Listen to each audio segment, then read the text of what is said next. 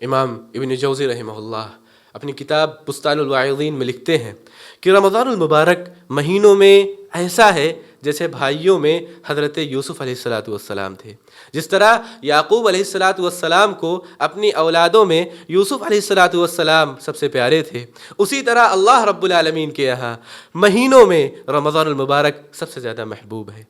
جس طرح یوسف علیہ السلام کا عفو درگزر بھائیوں کی زیادتی پر، بھائیوں کے ظلم پر غالب آ گیا کہ جب حضرت یوسف علیہ السلام نے اپنے بھائیوں سے کہا لا تثریب علیکم اليوم، آج تم پر کوئی بھی ملامت نہیں ہے.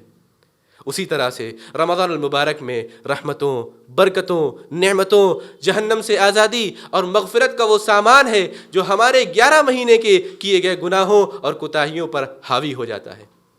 جس طرح برادران یوسف غلطی کرنے کے باوجود بھی، یوسف علیہ السلام پر ظلم کرنے کے باوجود بھی حضرت یوسف علیہ السلام کی طرف ہی فریاد رسی کو آئے اور یوسف علیہ السلام نے انہیں خوش آمدید کہا، ان کی ضروریات کو پوری کی، ان کی خواہشات کو پوری کی، انہیں کھانا کھلایا، ان کی سواری کو سامان سے لدوا دیا اور انہیں اچھی طریقے سے الوداع کہا. اسی طرح سے رمضان المبارک کا مہینہ ہے کہ ہم 11 مہینے غلطیاں کرتے ہیں، کوتاہیاں کرتے ہیں،